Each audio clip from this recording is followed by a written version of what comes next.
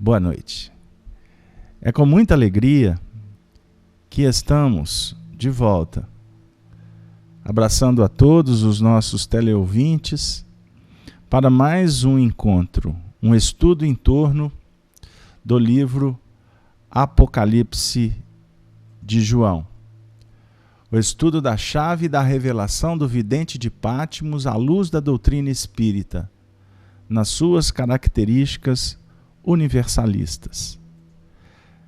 Como sempre fazemos, iniciamos a nossa atividade fazendo aquela oração tão especial para todos nós. Depois de um dia de trabalho, de estudo, de experiências, desafios, enfim. Então vamos lá. Elevando o nosso pensamento ao nosso Pai Maior. Senhor, mais uma vez nos reunimos para te agradecer pelo dom da vida, pela oportunidade que nos concedes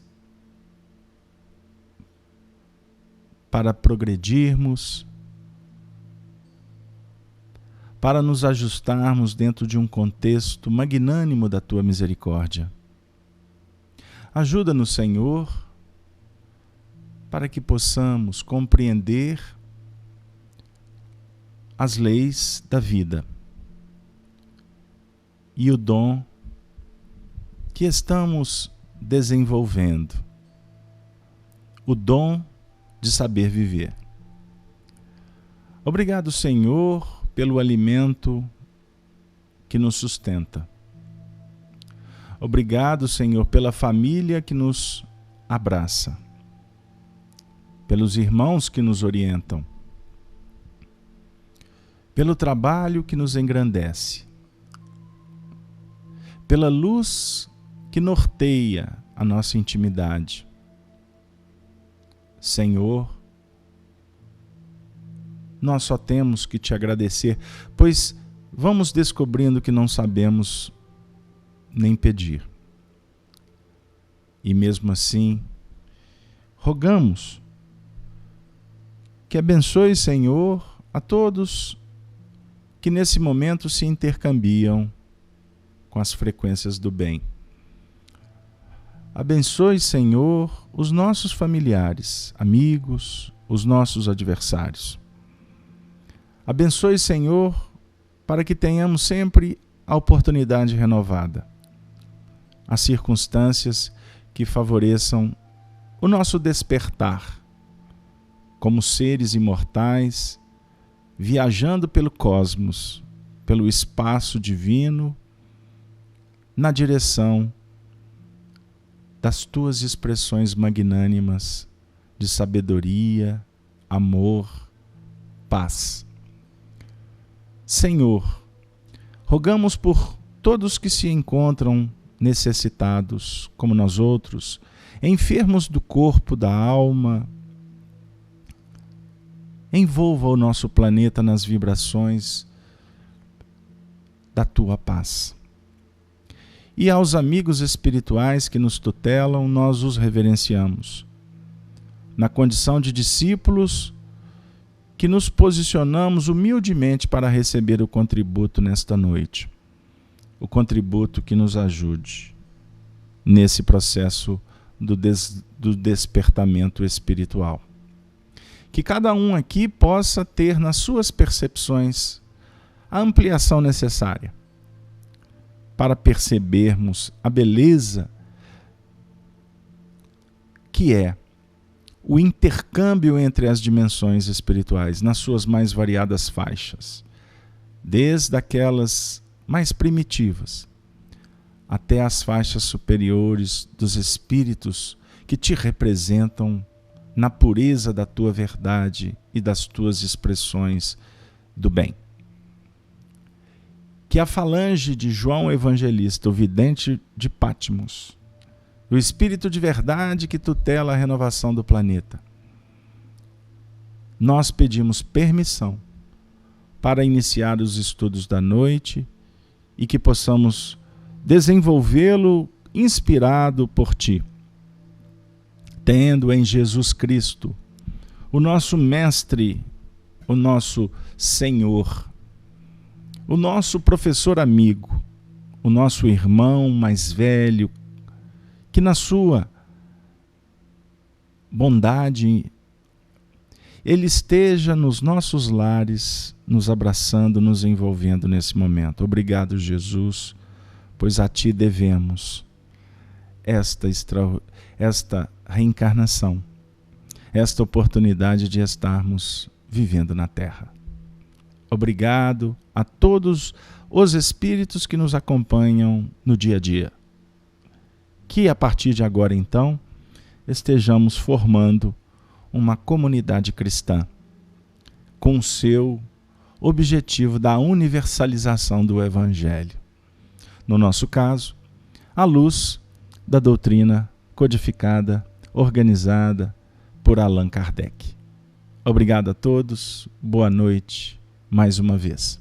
Abraço a todos os nossos irmãos que nos acompanham através da internet, aqueles que se encontram no chat acompanhando a transmissão do próprio YouTube. Eu abraço carinhosamente a cada um de vocês. O nosso trabalho hoje, ele vai dar prosseguimento ao estudo anterior, de número 46, quando nós sofremos um problema exatamente na metade do tempo do estudo.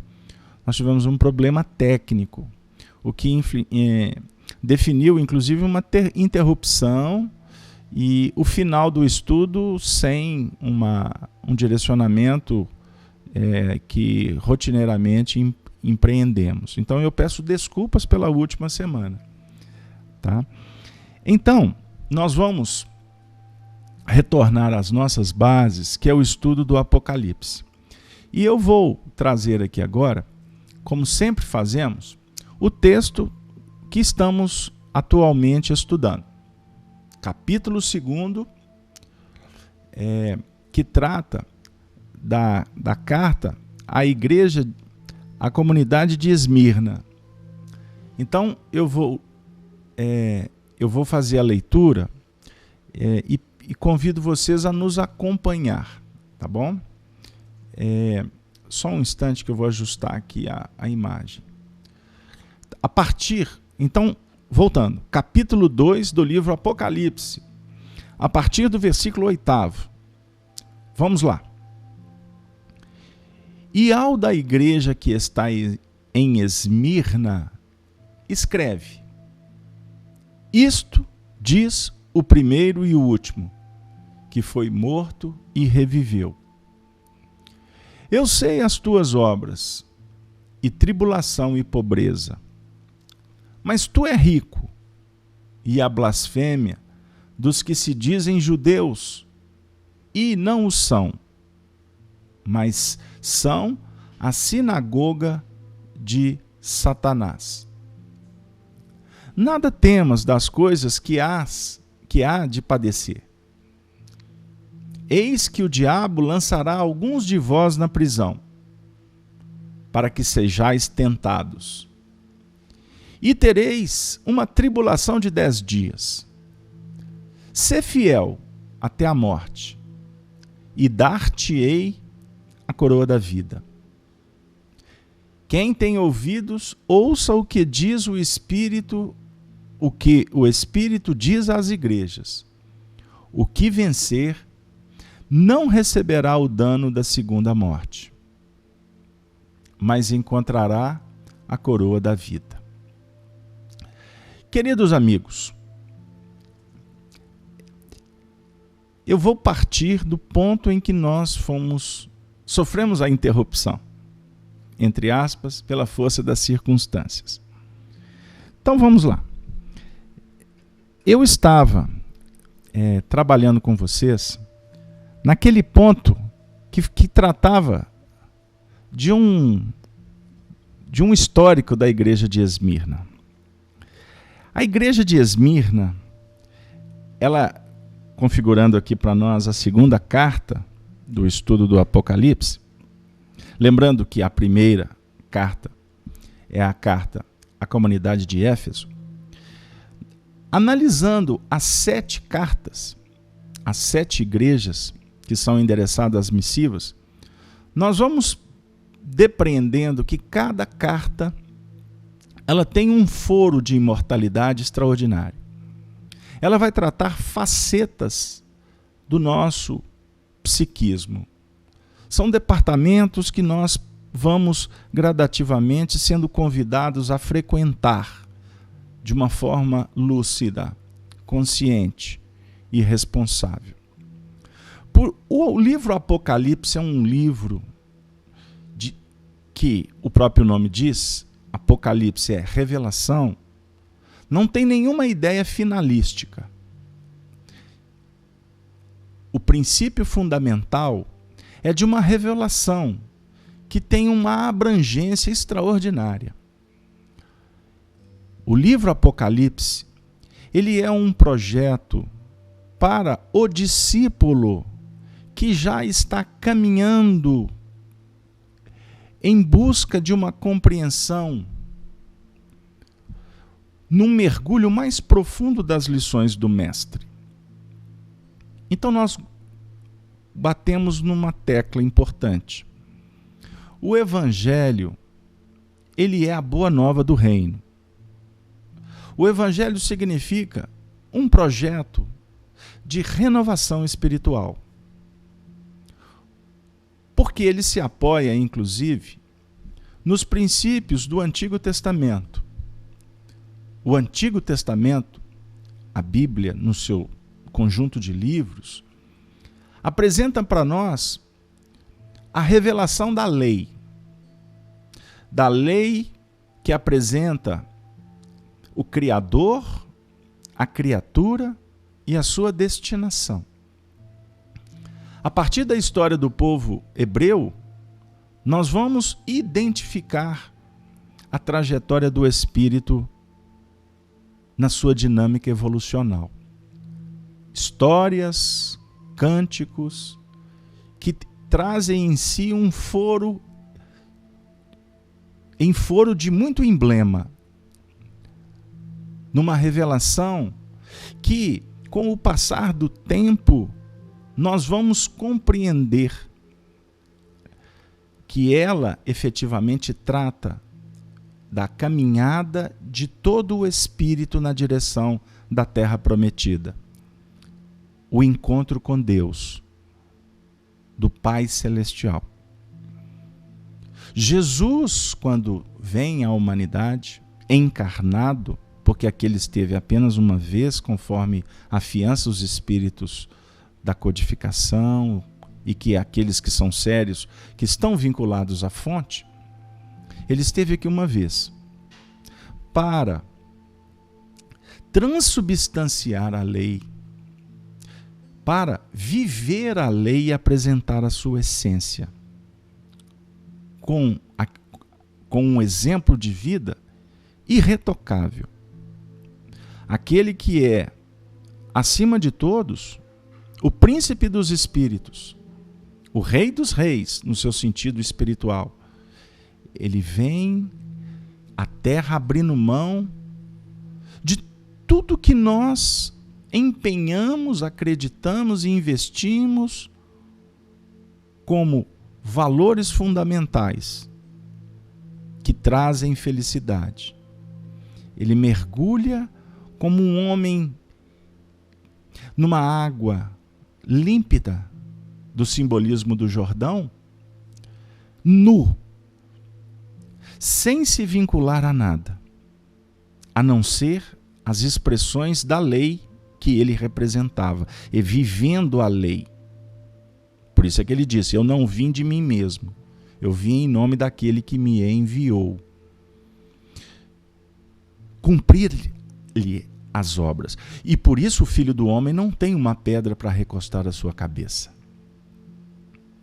Ele veio e tudo que aqui ele deixou não passou e vai sempre existir, como o poeta deixou-nos encantado na letra da música. Então, os seus exemplos são irretocáveis e estão para além do tempo. São exemplos que simbolizam, ou melhor, que essencializam todos os projetos de evolução espiritual. Então, depois que ele parte, ele nos oferece legados, missões, tarefas. Então, ele convida discípulos, embora ele trate da multidão. Sobe ao monte junto com ele os discípulos e com os discípulos a multidão, a definir todo um projeto, toda uma escala, todo um processo metodológico de educação para todos, embora o aprendizado de renovação se dá quando o discípulo se destaca da multidão. Ele necessita de elementos mais fundamentados. Ele já quer respirar para obter uma oxigenação diferenciada, mais essencializada. Ele não quer mais o pão grosseiro. Ele quer o pão da proposição. Ele quer o pão que é distribuído por mãos que abençoam o contributo. E o pão no Evangelho representa doutrina, representa contributo, verdade, revelação. Então o Apocalipse, nós poderíamos dizer que é a revelação das revelações. O Apocalipse é a descoberta do discípulo que percebeu lá atrás o Criador, porque ele foi concebido, ele nasceu, ele viveu no paraíso, ele aproveitou todos os recursos e depois ele vai comer da árvore da ciência do bem e do mal por desobediência, porque foi dito que era para ele se alimentar da árvore da vida. Mas ele não. Ele procura sair daquela dinâmica para adquirir autonomia. E ao comer da árvore, do fruto da árvore da ciência do bem e do mal, ele morre. Porque a letra mata. A letra que recebemos, ela mata. Ela mata aquele conteúdo que antes era soberano. A letra mata, apontando a necessidade da renovação, da ressurreição. Por isso é que o Espírito é que vivifica. Então o Apocalipse abre para nós um painel, porque depois de descobrir, nós tivemos que singrar pelo deserto, entendendo do que é a soberania da terra, quais são as conquistas para atingir o céu. Então nós empreendemos batalhas, formamos soldados, exércitos, disputamos espaços, conquistamos, perdemos, morremos, renascemos. Descobrimos a transgressão pela própria imputação do sofrimento que a lei nos devolve, a lei sacrossanta, dentro dos princípios de semeadura e de colheita. E nós colhemos, percebemos o sofrimento e Jesus então vem à Terra. Ele vem à Terra para cumprir as profecias, o Messias, o Cordeiro, o Senhor, para guiar todo o rebanho, no sentido místico, no sentido sociológico, para muita gente, sim. O fundamento de muitas religiões está nesse processo. Mas que com o passar do tempo nós vamos verificando que Jesus cumpre esse papel com Deus, com o Senhor. Por isso é que ele é o governador.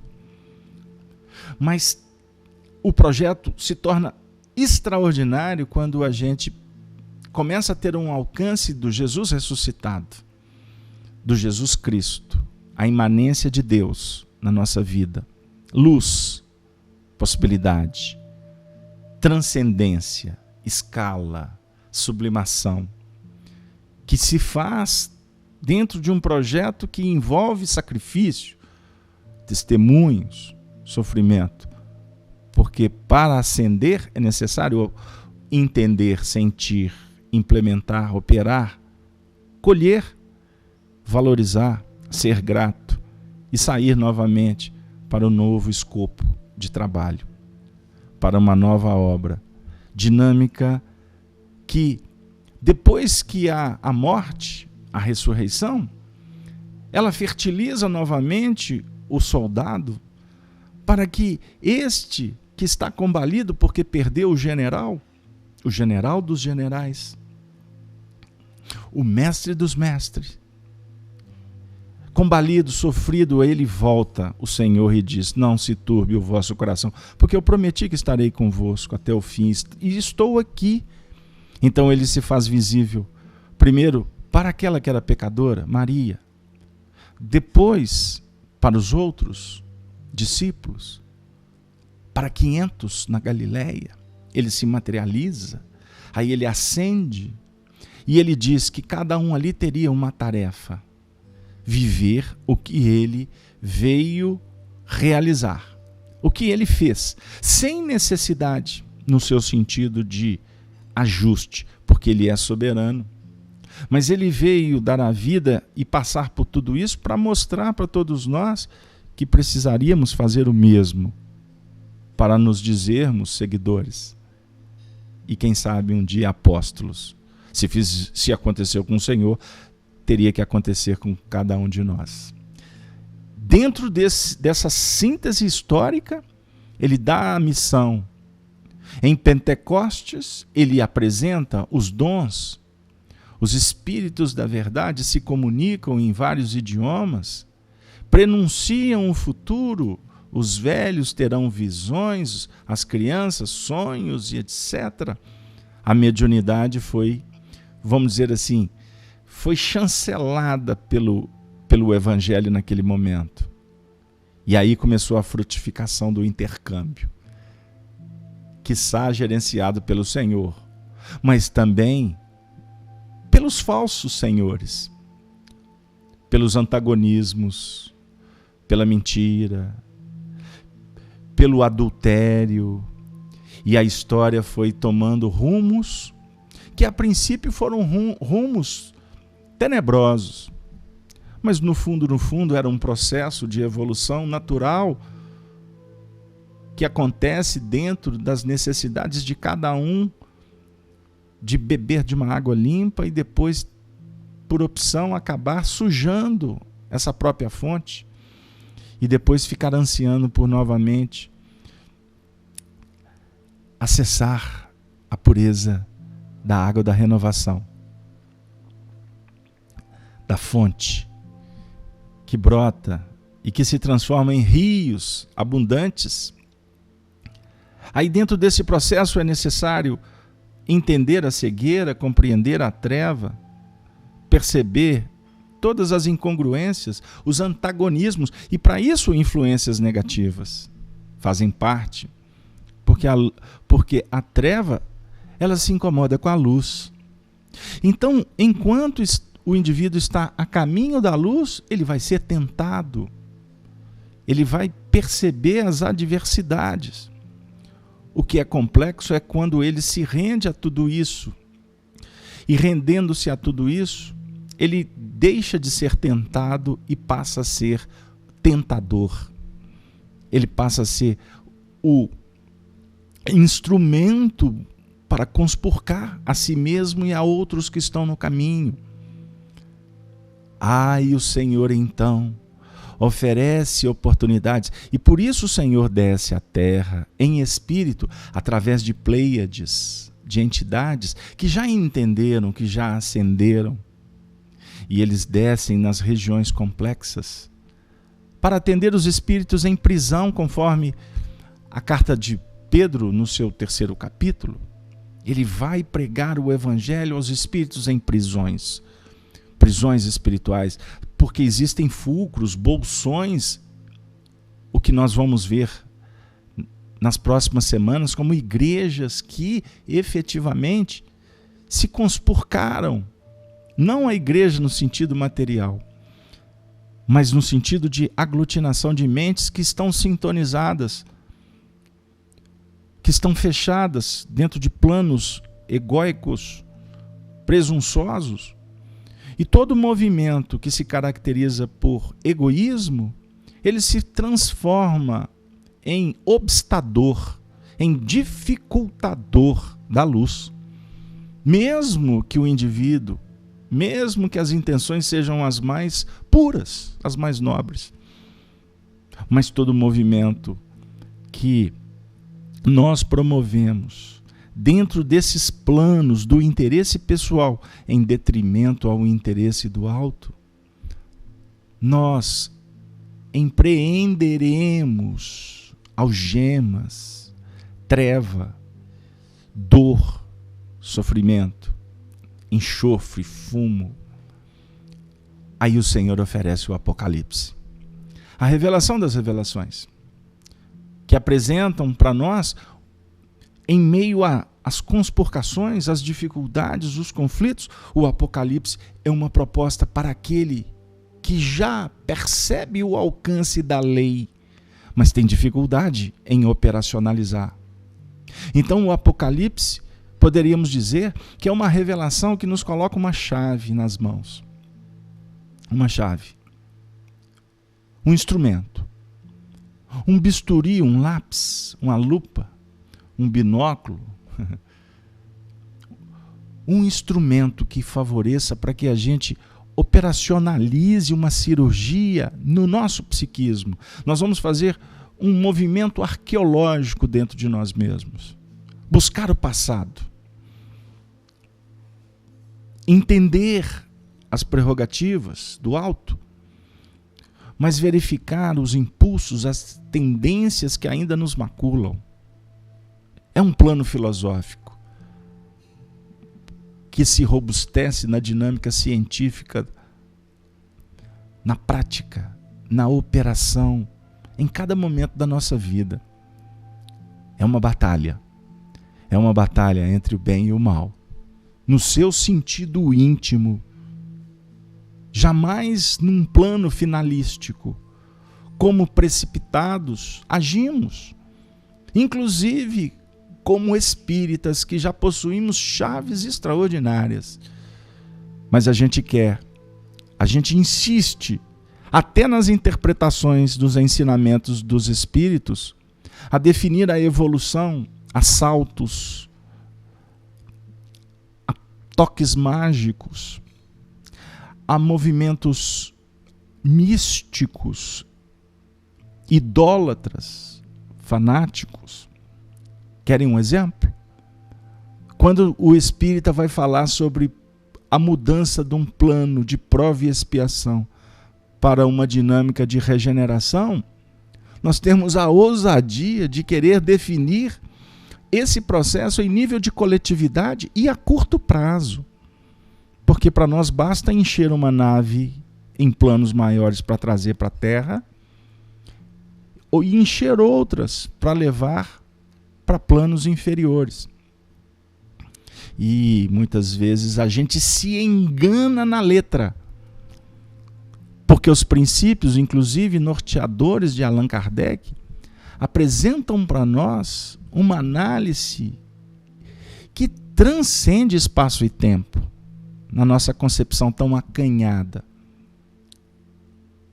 que fala de intercâmbio dos mundos, sem dúvida, mas apresenta para nós moradas espirituais que são berços de evolução, que do mesmo jeito que a reencarnação acolhe para definir uma nova trajetória, no mundo espiritual se dá o mesmo.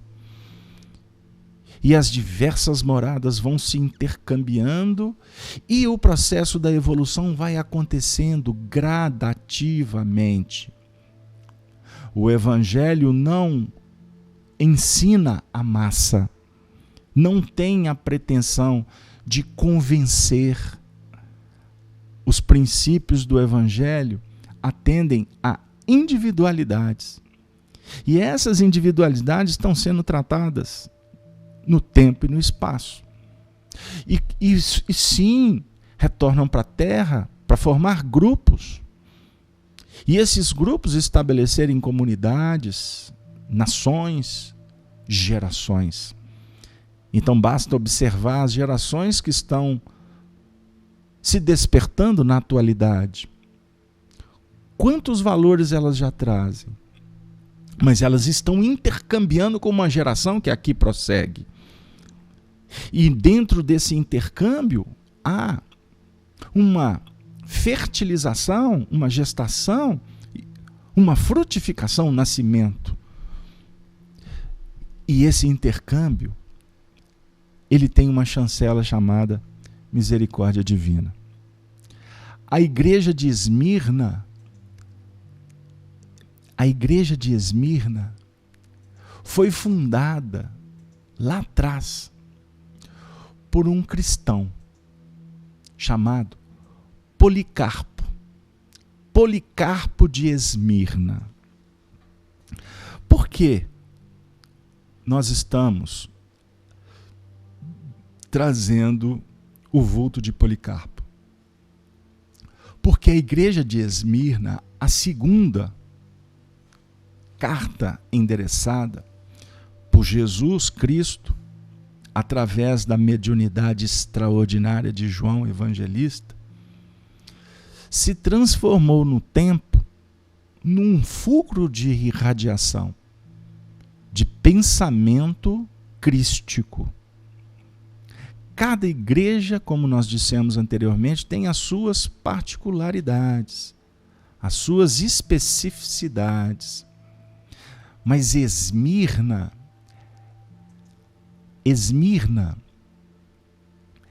era uma cidade muito complexa nesta época que foi escrita estas cartas.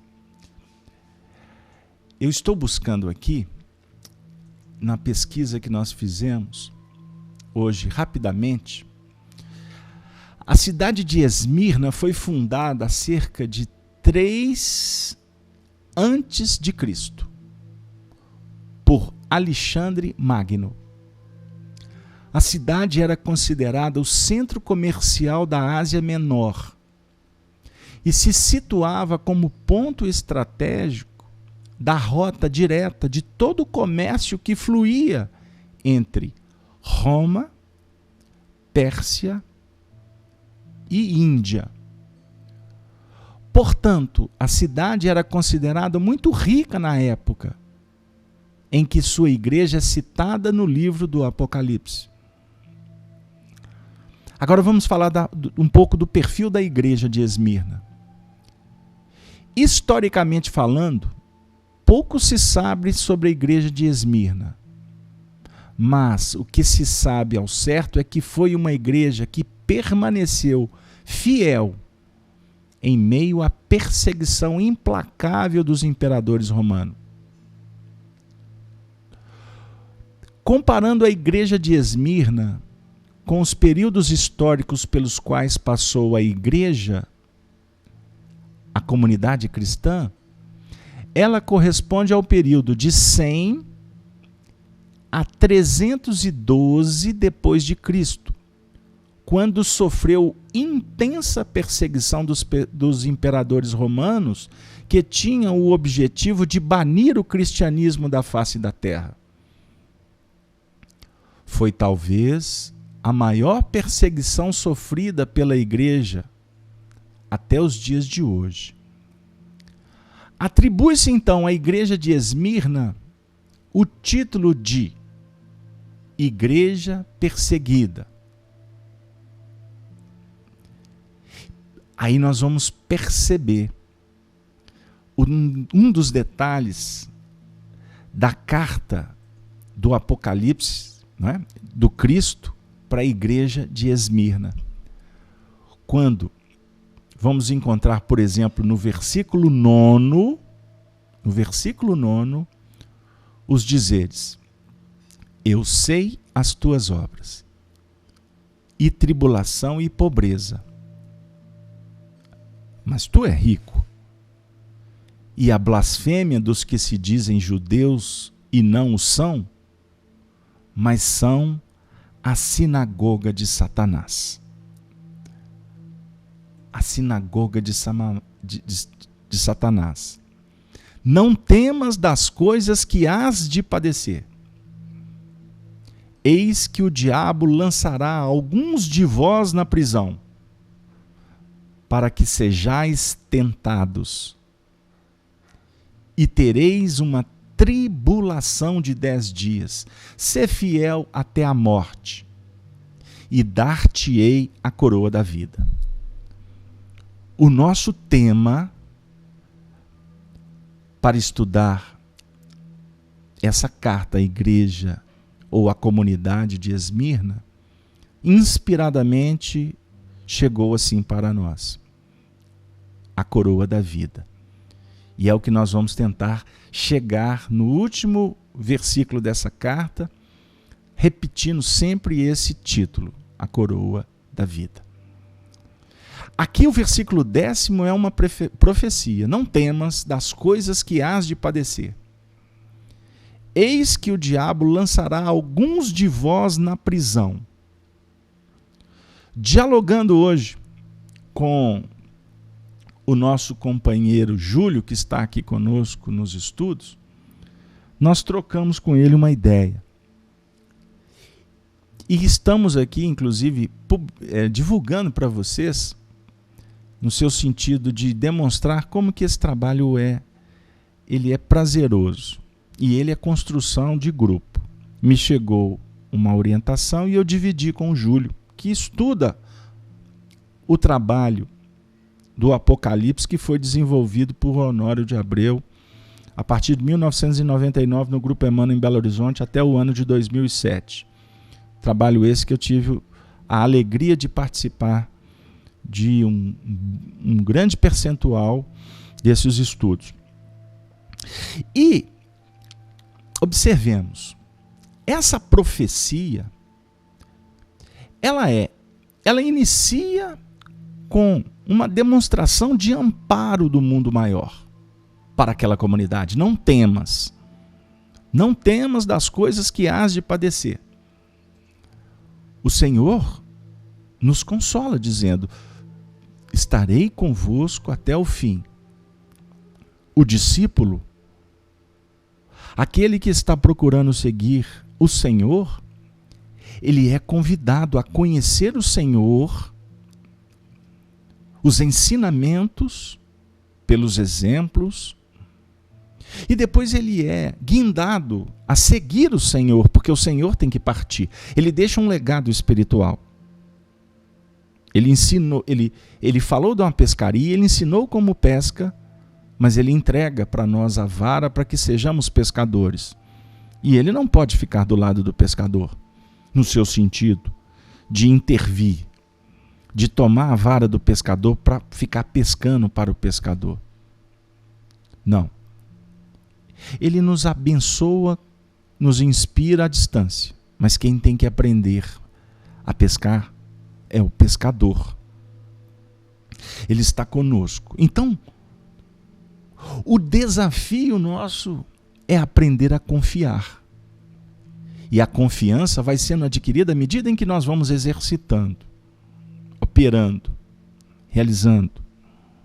Porque a gente vai adquirindo a certeza, no nosso caso, da própria presença espiritual, como agora, que está envolvendo a todos que estão estudando aqui. O nosso plano inicial, eu falei isso para o Júlio hoje, era iniciar direto na interpretação, como nós começamos a fazer com a carta a Éfeso. Mas brotou um sentimento, um desejo que veio do mundo espiritual, porque não foi uma ideia preconcebida nossa, de trabalhar com calma, para que a gente possa perceber o que está por trás destas letras, para que estas letras nós consigamos transformá-la como um projeto que vai nos auxiliar para que tenhamos vida em abundância. Então o texto continua, só para a gente agora objetivar. eis que o diabo lançará alguns de vós na prisão. O que nós acabamos de ler aqui para vocês sobre a história da igreja, da comunidade de Esmirna? Ela ficou conhecida como a igreja perseguida. O fundador da igreja de Esmirna foi Policarpo de Esmirna. Observemos bem. Policarpo de Esmirna. Quem foi Policarpo? Policarpo, portanto, foi o pai dessa igreja, o fundador. Um cristão de valores extraordinários. Na época ele foi um chamado bispo da igreja, nesse século I. Ele foi apunhalado quando estava amarrado numa estaca para ser queimado vivo. É uma história belíssima que a gente vai trazer alguns detalhes dela. Policarpo foi discípulo do apóstolo João. Portanto, quando João estava em Patmos, na ilha chamada Patmos, ele, Policarpo, estava recebendo as orientações do Cristo através de João Evangelista. E Policarpo, com amigos, com a dinâmica iniciante do Evangelho, foi formando uma escola. E desta escola, por exemplo, surgiu um aprendiz que ficou conhecido na história como Irineu. Irineu, inclusive, foi quem deixou para a posteridade fatos, história referente ao próprio Policarpo, que foi o seu professor.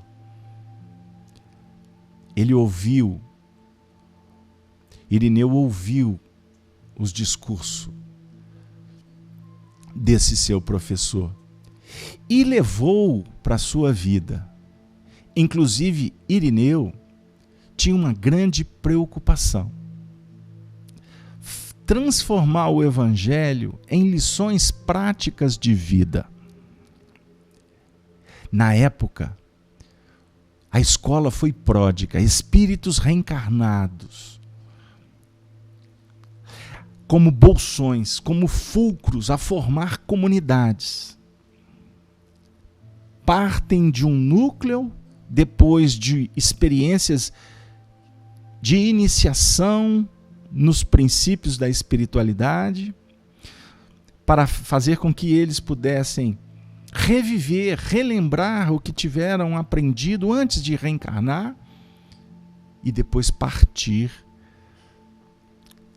para o mundo para semear o que viveram nestas grandes escolas.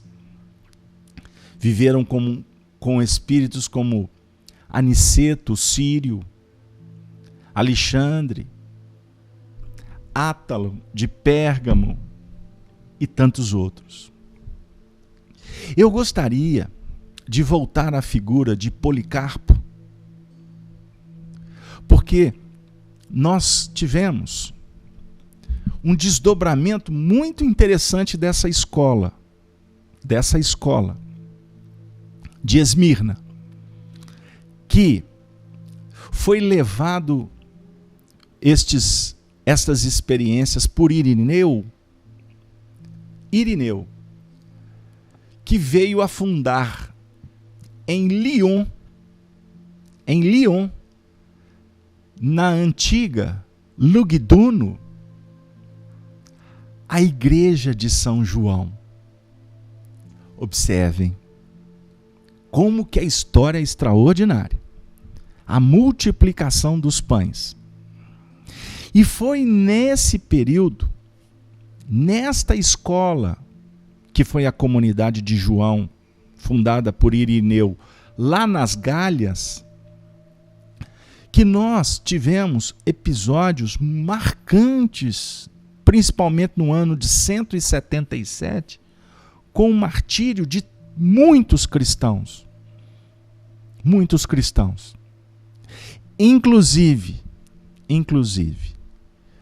nós podemos relembrar aqui que foi um período que antecedeu aquele romance psicografado por Chico Xavier, conhecido como Ave Cristo. Acontecimentos que se desdobraram após o martírio desses cristãos do ano de 177. Irineu levou os princípios do Evangelho para aquela região. E observemos como que é interessante os fatos. Isso se deu no ano de 177. Tudo isso para que mais ou menos 1.600 anos depois, eu estou arredondando, 1.600 anos depois, nessa mesma comunidade das Galhas, em Lugdunum, porém com outro nome, a cidade de Lyon, aonde reencarnou um grupo enorme de espíritos enviados, e dentre eles Allan Kardec, com o nome de batismo de Hippolyte Léon Denisard Rivaio. Esses espíritos reencarnaram naquela região da França, numa terra que foi salpicada pelo martírio dos cristãos. Tudo isso na reprodução desse projeto que nós estamos aqui hoje, entrando no texto apocalíptico com uma chave para abrir, para entender essas revelações. E vocês vão, eu tenho uma surpresa para vocês. Mas antes disso, nas pesquisas que a gente vem fazendo, observemos um fato. A maioria destes cristãos desses tempos, inclusive, se são eles ou não, mas os seus nomes são utilizados pelos mentores espirituais que, inclusive, orientaram o trabalho da psicografia de Chico Xavier. Eles estão no anonimato, conduzindo, por exemplo, o trabalho de levantamento de dados, de informações, de pesquisa da equipe coordenada por Emmanuel, que inclusive teve o contributo de um pesquisador que ficou conhecido por nós como André Luiz. André Luiz. Vocês se lembram dos mentores de André Luiz? Aqueles que em cada livro se apresentaram como mediadores do mundo espiritual superior para decodificar a mensagem para o entendimento de André Luiz. Brincando, eu já citei o Aniceto, eu já falei do Alexandre, mas nós vamos ficar por aqui. Mas eu vou dar mais um dado. Observemos como que as pesquisas, como que os elementos que nos foram ofertados pela memória de Arnaldo Rocha, que nós reunimos de uma maneira muito singela e codificamos um trabalho chamado Chico, Diálogos e Recordações. Que muitos vão ler essa obra apenas para saber quem foi quem. E não percebem. Mas é necessário tempo para verificar que nós não tivemos preocupação de falar quem foi quem. Mas nós compreendemos a partir dos movimentos históricos, nós fomos encontrando chaves para amarrar o contributo simbólico também que está na obra coordenada por Emmanuel. O que eu costumo dizer que nós ficamos muito tempo gastando em falar da capa do livro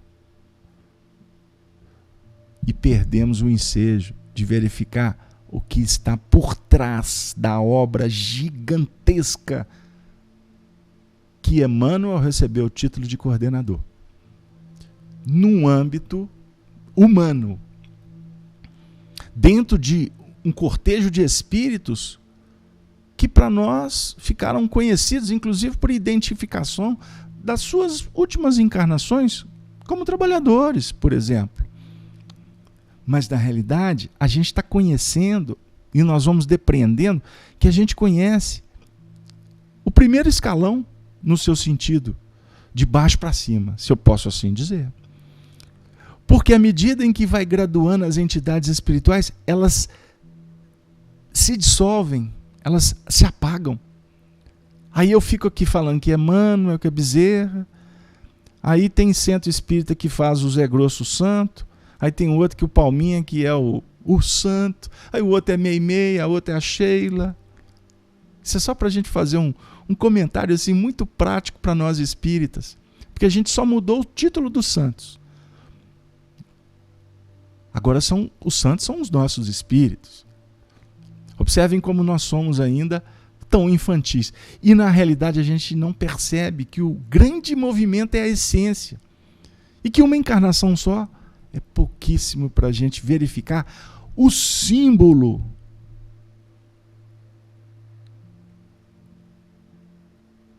que nós recebemos com o contributo da espiritualidade. Que para nós não é símbolo, né? A gente acha que já está tudo na metodologia. Ou melhor, já está tudo na pedagogia, na verdade. A metodologia é outra coisa. Já está na pedagogia. Aí a gente precisa de livros como Conduta Espírita, obra extraordinária, para o neófito, não é? Agenda cristã, maravilhosa, para quem está começando, porque ali está falando, não faz isso, não faz aquilo, faz aquilo outro. E na realidade, quanto mais se sublima, quanto mais se essencializa, mais você sai da cartilha. Então, Policarpo foi um dos mais diretos de João. Irineu levou adiante, dentro dessa dinâmica da cadeia, da corrente, da colaboração. O que nos faz, que nos leva a sentir a beleza da dinâmica da multiplicação dos pães. Mas eu gostaria de apontar para vocês um movimento que é extraordinário. A descrição que ficou registrada por Irineu, na conhecida Acta dos Mártires, como foi a morte de Policarpo. E diga-se de passagem, é uma descrição singela que também nós inserimos no livro Chico Diálogos e Recordações, no capítulo que trata, que é intitulado Alma e Coração, no qual a gente aborda o martírio de dois cristãos, que foi Nestório e Basílio. Nestório, personagem do livro 50 anos depois, que o Júlio imaginou que a gente teria uma surpresa hoje, né, Júlio? Mas não vai dar tempo, não. Vai ficar para a semana que vem. Ele está dando uma bela risada na casa dele. Então, observem bem, porque não vai dar tempo. Porque aqui nos livros 50 anos depois nós temos uma surpresa. Nestório é um escravo judeu, que desencarnou no martírio. Nestório, o escravo judeu, foi discípulo de Policarpo.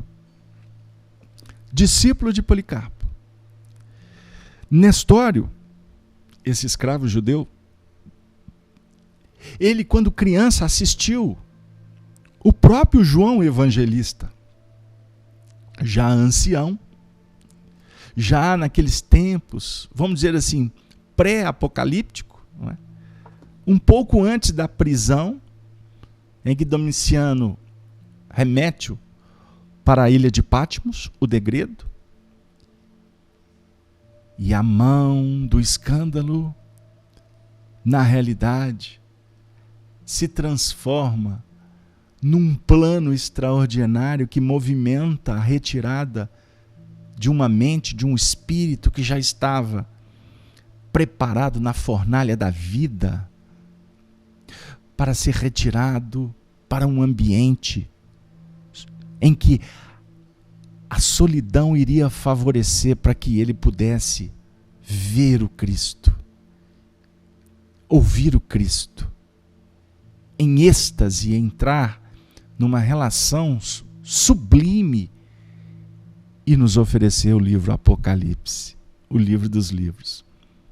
Apocalipse, a síntese do Antigo e do Novo Testamento, numa nova dinâmica de revelação. Policarpo, portanto, foi um dos educadores de Nestório. Quem foi Nestório? Nestório, eu vou voltar para o chat que eu nem estou sabendo o que anda acontecendo. Nestório é o espírito que nós ficamos conhecendo com a personalidade chamada Emmanuel. Emmanuel, que quer dizer Deus conosco. Mas você sabe por que ele chama Emmanuel? Porque como Manuel da Nóbrega, os índios não sabiam falar o nome dele. Eles tinham dificuldade de falar Emanuel. Então, os gentios aqui do Brasil, os índios, amavam profundamente aquele padre que aportou aqui em 1549 nas naus de Tomé de Souza. Então eles chamavam ele de Hermano Noel. Hermano, amigo, próximo. Então, eles tratavam como Hermano Noel. E Emmanuel escolhe essa designação respeitosa dos índios, dos gentios, e configura esse nome tão especial para nós. Nestório foi a encarnação seguinte à encarnação do senador Públio Lentulus Cornélios, senador romano, que é personagem do outro romance de Chico Xavier, há 2000 anos. Há 2000 anos. Então, amigos, Policarpo tem uma importância fundamental na obra espírita da atualidade. Mas eu posso dizer, principalmente no coração de todos aqueles cristãos que tiveram a oportunidade de conviver com aquela alma generosa, que era um espírito tão compromissado com Cristo, tão preparado na esteira da evolução, que ele morreu da seguinte maneira. E eu vou pedir a permissão para vocês para ler um pequeno trecho. Está contido no livro Chico, Diálogos e Recordações, de minha autoria, através das memória viva de Arnaldo Rocha.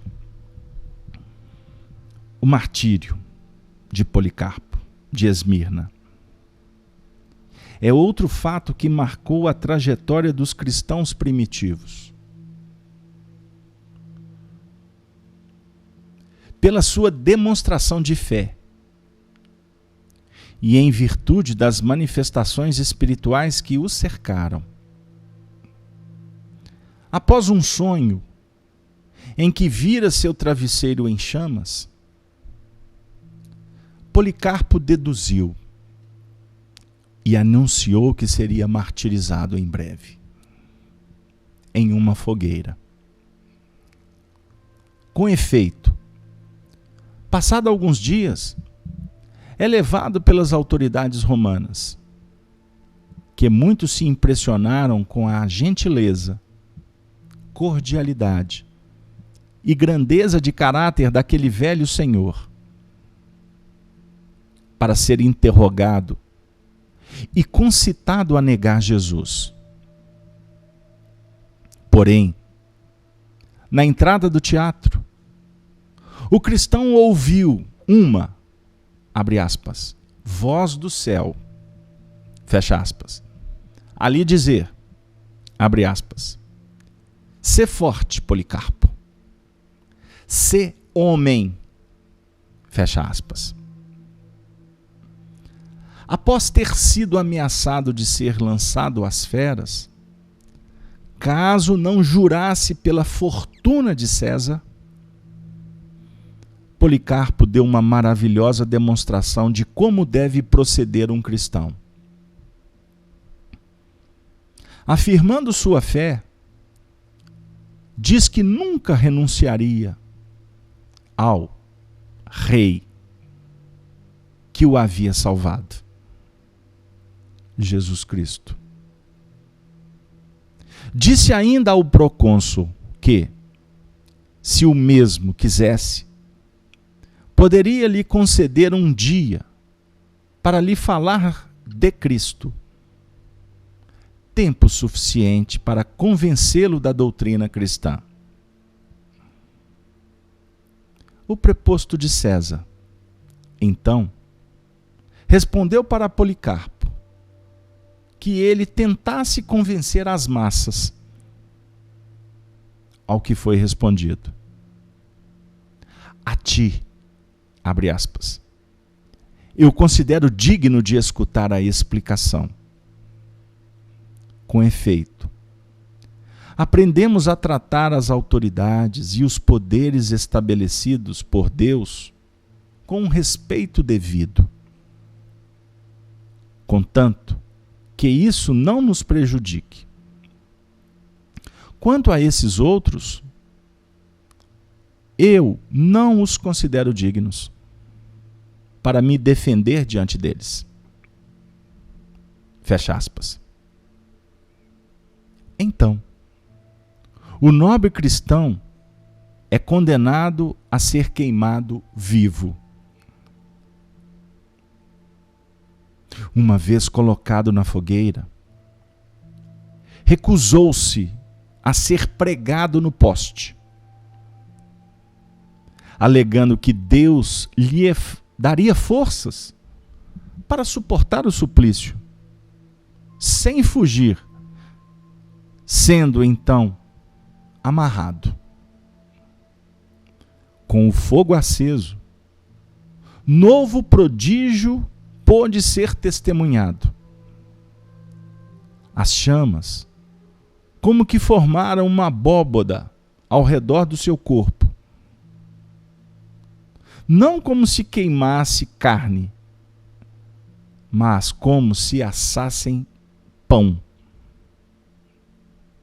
Além disso, um cheiro de perfume impregnou todo o local, advindo do corpo do Marte. Impressionados, os algozes resolveram aplicar um golpe de misericórdia através de um punhal. E segundo os registros da ferida, abre aspas, jorrou tanto sangue que o fogo se apagou. Estes exemplos representam nossos desafios interiores, pois as feras já nos foram apresentadas no circo da consciência e as torturas foram a nós reveladas pela doutrina espírita, em espírito e verdade, para que as labaredas de fogo transformem o grito do povo na aurora e na mansuetude do vinde a mim. Nós, por tão pouco, abandonamos o trabalho, reclamamos dos desafios esquecemos da fé. Criamos dissensões. E os nossos exemplos vivos acabam enterrados pela indiferença.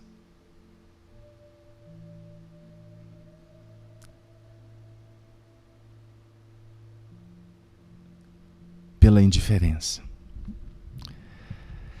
Ufa, que história! Eu gostaria de chamar a atenção para um ponto. Quando ele, Policarpo, na sua sabedoria, faz uma reverência ao presidente daquela sessão, do seu julgamento, o procônsul. Quando redargue, dizendo que ele se colocava na condição de, durante um dia, falar do rei dele. O que estava sendo definido era que ele abandonasse esse rei. E ele disse, não, me dê tempo que eu falo desse rei, mas abandoná-lo jamais. O procônsul disse para ele, a mim não, fale para a multidão então. E ele, de uma forma extraordinária, afirma, eles não são dignos. Dignos em que sentido? De não terem a condição, a percepção de assimilarem. Eles não tinham condição de ter alcance aquele ensinamento que iria ser apresentado na condição extraordinária de Policarpo. Este Policarpo, que se transformou então numa referência para todos os cristãos, inclusive para Irineu e para o nosso próprio Nestório. Eu gostaria, inclusive, de trazer uma informação, antes de voltar para a questão da prisão do versículo 10º, eu gostaria de chamar a atenção porque nessas pesquisas rápidas que eu fiz aqui, descobri um dado, que foi exatamente nessa região da igreja de João, que muito à frente, Nestório, muito à frente, Basílio, Emmanuel, teve a oportunidade de ser um bispo. Porém, agora no século VIII, ele se chamava o bispo Remídio. Ele foi colocar em prática numa dinâmica operacional o que ele houvera recebido como um contributo de fertilização lá atrás. Por isso que o Senhor envia os seus representantes no espaço e no tempo, para que eles possam passar pela multidão deixando rastro de luz. Porque através dos exemplos, e principalmente dos planos de relação, sustentados pela afinidade, que dá base para a sintonia, nós vamos como que sendo guindados para em outro momento ter a oportunidade de colocar em prática aqueles elementos que foram espargidos por misericórdia. Queridos amigos, esse assunto é um assunto tão envolvente, porque ele traz história, mas ao mesmo tempo ele nos projeta para o grande futuro. Observem a profecia de Jesus para com todos eles. Não, nada temas das coisas que hás de padecer. Eis que o diabo lançará alguns de vós na prisão, para que sejais tentados. Policarpo foi tentado pelo procônsul para abjurar. para negar, para abandonar. Mas ele não se curvou à tentação. Passou pela tribulação de 10 dias. Pois assim, o Senhor iria conceder a coroa da vida. Meus amigos, é de um valor extraordinário estas lições. Por quê? Agora, nenhum de nós seremos convidados lá fora para testemunhar a nossa religiosidade no seu sentido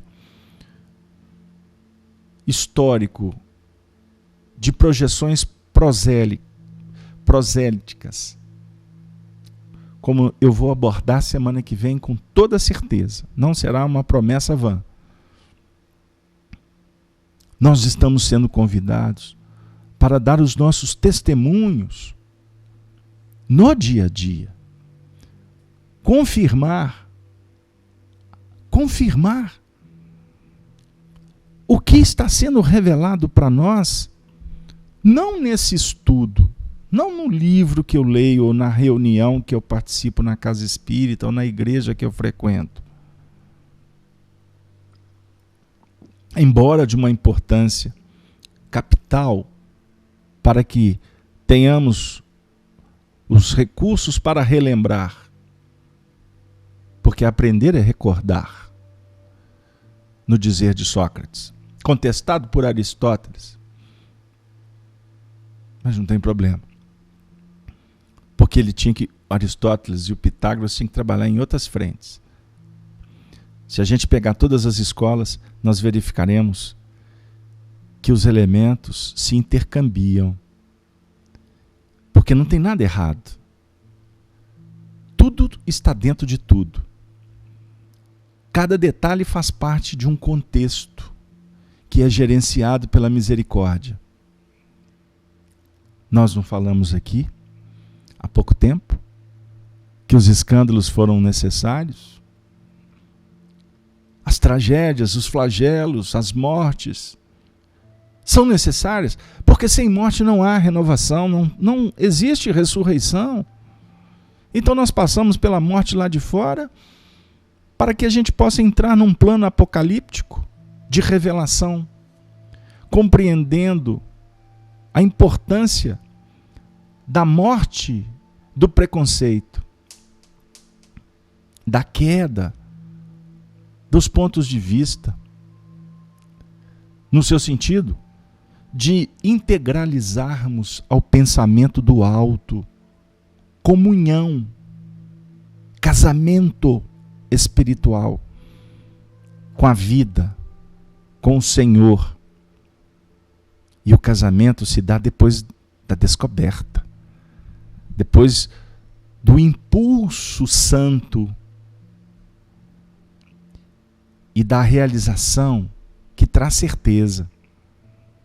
Primeiro o impulso, o desejo, depois o sentimento, estabelecendo metodologia, que é plano de educação. É o caminho, metodologia é caminho. Mas nas linhas operacionais da rotina, em que vamos repetindo os acontecimentos, as atitudes, as escolhas, fixando os caracteres, é que a gente vai construindo o edifício, o casamento da carne, do espírito e a reencarnação. O casamento da reencarnação com a vida espiritual.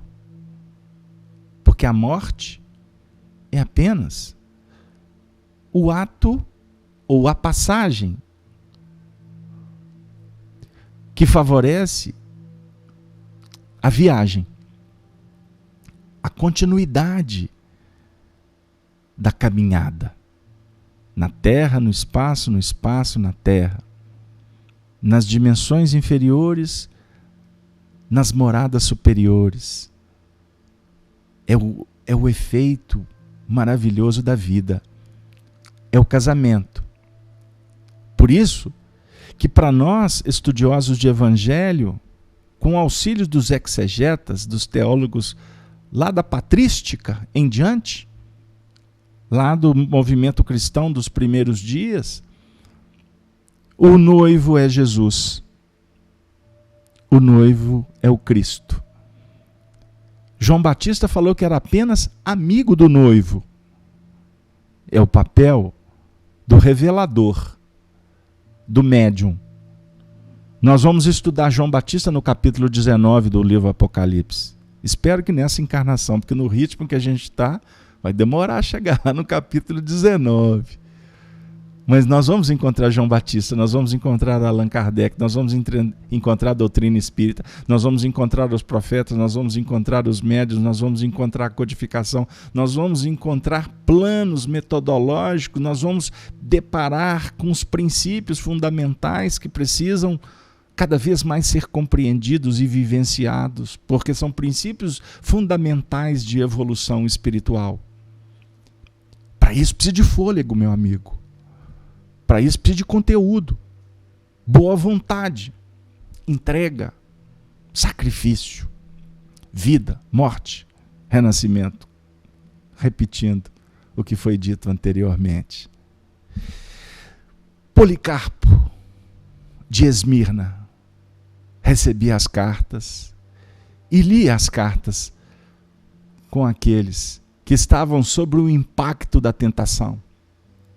Era uma comunidade que a princípio era pobre, porque na tribulação percebemos os limites, mas quando se percebe limites e verifica-se possibilidades, a partir das conquistas, porque você só consegue ver possibilidades pelas conquistas que já adquiristes, por mais que as possibilidades sejam clarificadas por um terceiro, pelo instrumento da vida, os sinais, os livros, um programa de televisão, um sorriso de uma criança, o beijo da namorada, a poesia, o encanto do seu companheiro, o aceno dos espíritos, o afago de uma mãe espiritual que abraça cada um de nós agora.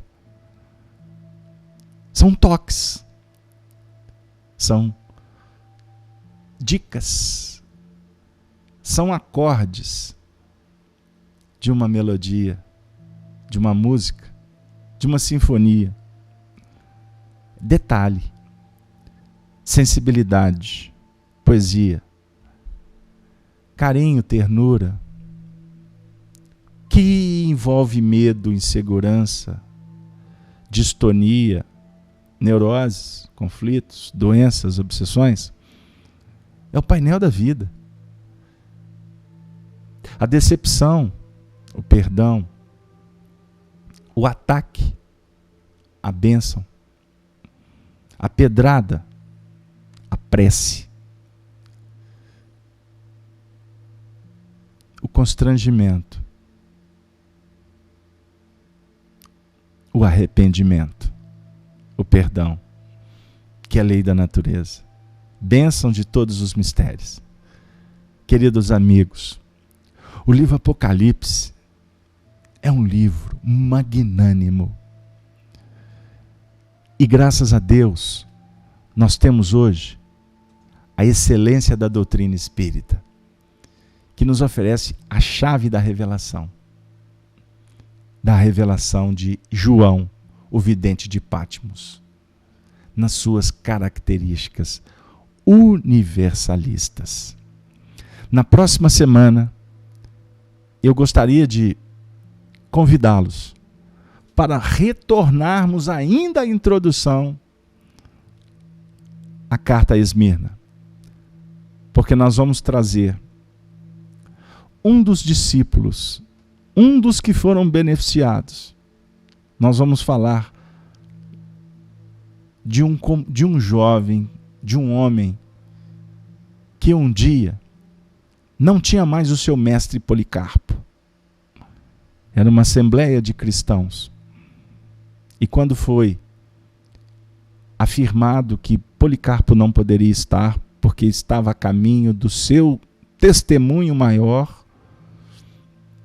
as mulheres choravam, os anciões se sentiram enfraquecidos, as crianças órfãos, porque o papai, o benfeitor Policarpo, não estaria presente.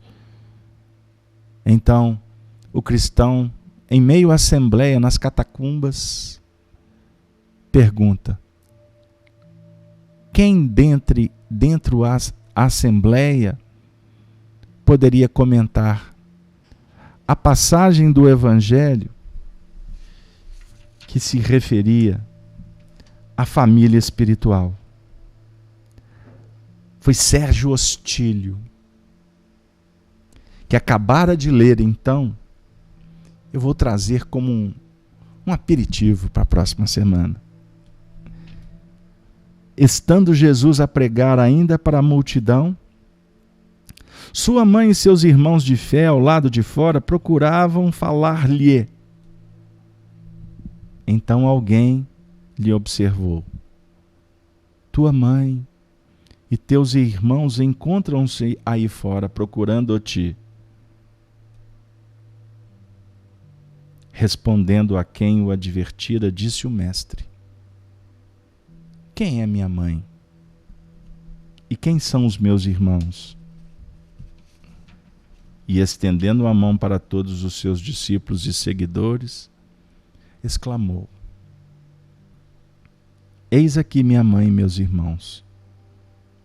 Porquanto, quem quer que faça a vontade de meu Pai, que está nos céus, este é meu irmão, minha irmã e minha mãe. E nesse momento de um profundo silêncio, um olhava para o outro na assembleia, expectante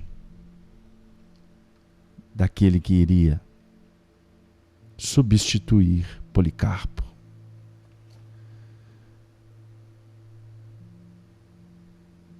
A claridade das tochas iluminou-lhe os traços, porque despontou um homem. Ao mesmo tempo que Célia e a companheira lhe identificaram um semblante humilde e decidido, Célia, a santa, Alcíone, aquele homem que surgira era Nestório, o liberto de Euvídio, ex-escravo, que, embora auxiliando o censor Fábio Cornélio, no próprio gabinete da prefeitura dos pretorianos, não se envergonhava de dar a público o testemunho da sua fé. Ele surge, ele olha para cada um com ternura, com convicção.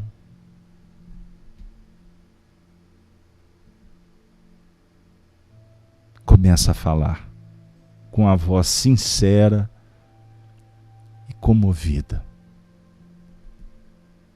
irmãos, sinto que minha indigência espiritual não pode substituir o coração de Policarpo nesta tribuna.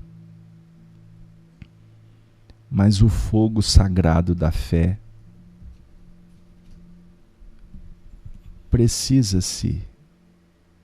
precisa manter-se em nossas almas.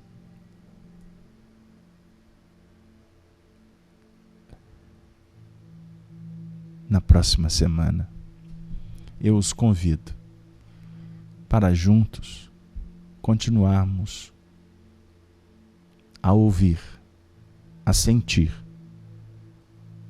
essa ambiência do cristianismo na sua simplicidade, na sua pujança, no seu valor incomparável, que é a presença do Cristo em nossas vidas. Que Deus abençoe a todos nós. Tenham todos uma boa noite. Que possamos voltar os nossos olhos para as estrelas e agradecer pelo dom da vida, pela presença da espiritualidade dentro do nosso coração. Como os cristãos dos primeiros tempos, nos despedimos dizendo: Ave, Ave, Ave Cristo.